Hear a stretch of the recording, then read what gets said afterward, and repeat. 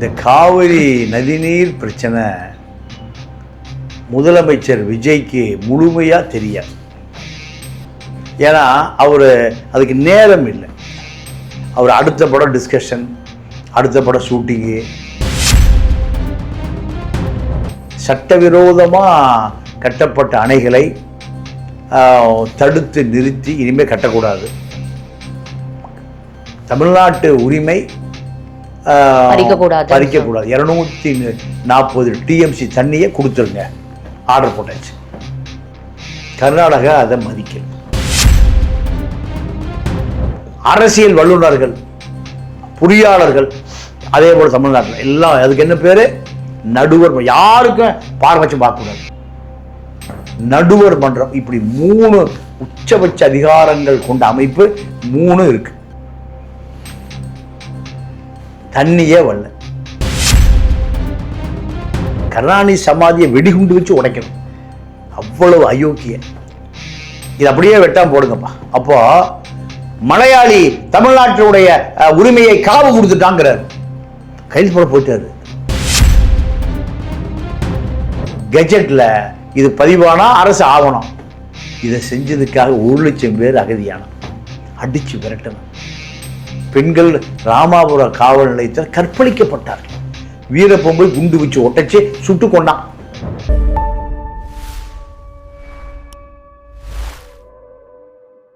அனைவருக்கும் வணக்கம். இன்னைக்கு நம்மளோட மூத்த பத்திரிகையாளர் தமிழா பாண்டியன் சார் தான் நினைஞ்சிருக்காரு. நிகழ்ச்சிக்கு போகலாம் சார். வணக்கம். வணக்கம் சார். சார், ஆகஸ்ட் 3ஆம் தேதி இந்த மேகதாது அணை விவகாரமா இப்போ விஜய் அவர்கள் வந்து DK சிவகுமார் அங்க போய் பார்க்க போறாரு.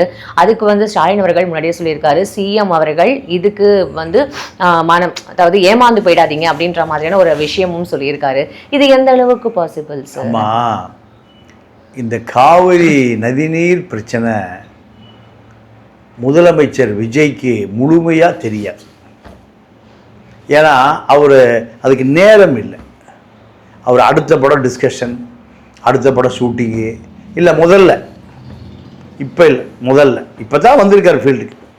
இப்படி பல ஆண்டு காலம், 25 ஆண்டு காலம் அவர் நடித்த படம், எம்ஜிஆர் நடித்த படம், சிவாஜி நடித்த படம், ஷாருக் கான், சல்மான் கான், ஹாலிவுட்டில் ரோஜர் மூர், சீன் கேனரி, இதெல்லாம் கேட்டால் பிச்சு பெனாரி சொல்லிடுவார், ஆடிய காமிப்பார், குதிச்சு சண்டை பிடிப்பார். ஆனால் மேகதாது அணையில் தண்ணி வரலைன்னா அது எங்கே இருக்குன்னு கேட்பார். எப்போ? முதலமைச்சர் நாற்காலிக்கு முன்பு. நான் அப்படியே மேகதாது அணை பிரச்சனைக்கு வந்துடுறேன். 74 போராட்டம், சட்ட போராட்டம். 3 அணைகள் சட்டவிரோதமாக கட்டப்பட்டிருக்கு. கபினி, ஹேமாவதி, சாரங்கி, கிருஷ்ணசாகர் அணை, கிருஷ்ணராஜ சாகர், கேஎஸ்ஆர் டேம். இதெல்லாமே என்ன எப்படி கட்டியிருக்கான்? சட்டவிரோதமாக கட்டியிருக்கான். ஒரு அணை கட்டும்போது கடைமடை விவசாயி பாதிக்கப்படக்கூடாது. கடைசியில் இருக்கான்ல கடல் ஓரத்தில், அவனுக்கு இந்த நீர் போய் சேரும். அவனுக்கு தான் முதல் உரிமை. இங்கேயே அடைச்சிட்டிங்கன்னா அது காஞ்சி போயிடும் இல்லையா? அப்போ 4 அணைகள் எப்படி கட்டப்பட்டது?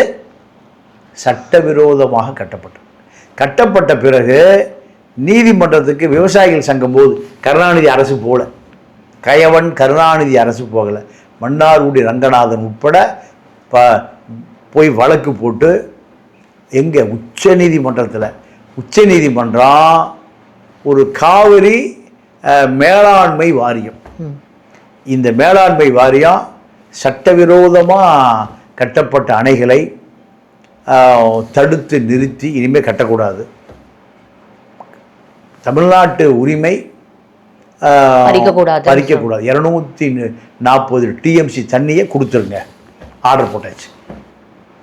கர்நாடகா அதை மதிக்கல. 120 கூட கொடுக்கல சார். எத்தனை வருஷமா மதிக்கல? 74 எப்போ? அது ஒரு 25, இது 25, எவ்வளோ ஆச்சு? 50 வருஷமா மதிக்கல. அடுத்து உச்சநீதிமன்றம் இன்னொரு ஆணை போடுது. இது போடுறது யாரு? அதுக்கு மேல இந்த நாட்டில் அதிகாரமே இல்லை. உச்சநீதிமன்ற தலைமை நீதிபதி தான் பிரதமருக்கு பதவி பிரமாணம் பண்ணி வைப்பவர், ஜனாதிபதிக்கு பதவி பிரமாணம் பண்ணி வைப்பவர். உச்சநீதிமன்ற உத்தரவையும் நான் சுருக்கமாக சொல்கிறேன், மதிக்கலை. 2 ஆணை இன்னும் நிலுவையில் இருக்கு. அதை விட விபி சிங் பிரதமராக வந்தவர் தமிழ்நாட்டு மக்கள்லாம் போய் கேட்குறான், நீங்கள் நியாயம் கொடுங்க. காவிரி நடுவர் மன்றம், இது யாரை சேர்த்து? கர்நாடக அதிகாரிகள், அதாவது பொறியியல் வல்லுநர்கள், நதி மேலாண்மை, நீர் மேலாண்மை பொறியியல் வல்லுநர்கள், சட்ட வல்லுநர்கள், அரசியல் வல்லுநர்கள், பொறியாளர்கள், அதே போல் தமிழ்நாட்டில் எல்லாம் அதுக்கு என்ன பேர்? நடுவர். யாருக்கும் பாரபட்சம் பார்க்கக்கூடாது. நடுவர் மன்றம். இப்படி 3 உச்சபட்ச அதிகாரங்கள் கொண்ட அமைப்பு 3 இருக்கு. தண்ணியே வரல. எதையும் யார் மதிக்கல? கன்னடா உத்தரவை யாருமே மதிக்கல. உச்ச நீதிமன்ற உத்தரவையே மதிக்காத இந்த காடையர்கள் 91 ஜெயலலிதா இந்த உத்தரவெல்லாம் மதிக்கப்பான்னு மறுபடியும் உச்ச நீதிமன்றத்துக்கு போகுது. சரி, இதை முதல்ல அரசு ஆவணமாக்குங்க. கெஜெட்டில் இது பதிவானா அரசு ஆவணம். இதை செஞ்சதுக்காக 1 லட்சம் பேர் அகதியானம், அடித்து விரட்டணும். பெண்கள் ராமாபுர காவல் நிலையத்தில் கற்பழிக்கப்பட்டார்கள். வீரப்பன் போய் குண்டு வச்சு ஒட்டச்சு சுட்டு கொண்டான். இதெல்லாம் 91 நடந்தது. 91 இப்போ எத்தனை வருஷம் ஆச்சு? இது 26, இப்போ 10, 31 வருஷம் ஆச்சு. இதை விஜய் போய் மீட்டு எடுத்துட்டு வந்துருவாரா? இல்ல சார், இந்த கேள்வி எனக்கு இல்லம்மா, இல்ல இது அதுதான் சார், நீங்க கேட்கிற கேள்வி கரெக்ட் தான் சார். இது விஜய் மீட்டெடுப்பாரா அப்படின்றது உண்மையாவே அவர் வந்ததுக்கு அப்புறம் தான் இது ஒரு கேள்விக்குறியா தான் இருக்க போகுது. ஆனா இந்த கேள்வி இந்த டைம்ல நான் கேட்கறேன்னு நினைக்காதீங்க. ஆனா எம்ஜிஆர் அவர்கள் போய் பேசி அப்ப இருக்கிற அங்க இருக்கிற முதலமைச்சர் கிட்ட பேசி இங்க தண்ணி கொண்டு வரதா சொல்லப்பட்டதே சார், அது எந்த அளவுக்கு? அது அம்மா, எம்ஜிஆர் இந்த மக்களுக்காகவே பிறந்தவர். நான் ஏன் பிறந்தேன்? எம்ஜிஆர் என்ன பண்ணுவார்னா, காவிரி நீர் 249 டிஎம்சி ஒப்பந்தத்தை கையெழுத்து போட போறார். கருணாநிதி சமாதியை வெடிகுண்டு வச்சு உடைக்கணும். அவ்வளவு அயோக்கிய. இது அப்படியே வெட்டாம போடுங்கப்பா. அப்போ மலையாளி தமிழ்நாட்டினுடைய உரிமையை காவு கொடுத்துட்டாங்கிறார். கைது போட போயிட்டாரு. அப்படியே நின்று போச்சு. எவ்வளவு பெரிய அயோக்கியம் பாரு, எவ்வளவு பெரிய அயோக்கியம் பாருங்க. மலையாளி தமிழ்நாட்டுக்கு காவிரி நதியில் ஒப்பந்த கையெழுத்து போட்டு அது சட்டமாகிறதா? அயோக்கிய கயவன். எம்ஜிஆர் அப்படி விட்டு வெளியே விட்டார். மலையாளின்னு அவர் அப்செட் ஆயிடுவார். இந்த கயவன் கருணாநிதி அதன் பிறகு குண்டுராவ் முதலமைச்சராக இருக்கும்போது போய் தண்ணி கொண்டு வர்றார். அது போன்ற ஒரு வரலாற்று நிகழ்வுகள் வாழ்க்கையில் யாருமே நினச்சி பார்க்க முடியும். உச்ச நீதிமன்ற உத்தரவை மதிக்காத கர்நாடகா 50 வருஷமா இருக்கு. விஜய் போய் நாளைக்கு தண்ணி கொண்டு வந்துருவாரா? சரி, மதிக்கல.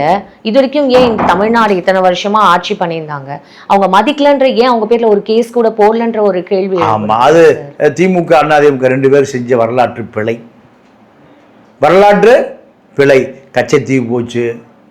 கச்சத்தீவில் 1000 பேர் சுட்டு கொண்டு இருக்கான். ஒரு எஃப்ஐஆர் கூட இல்லை.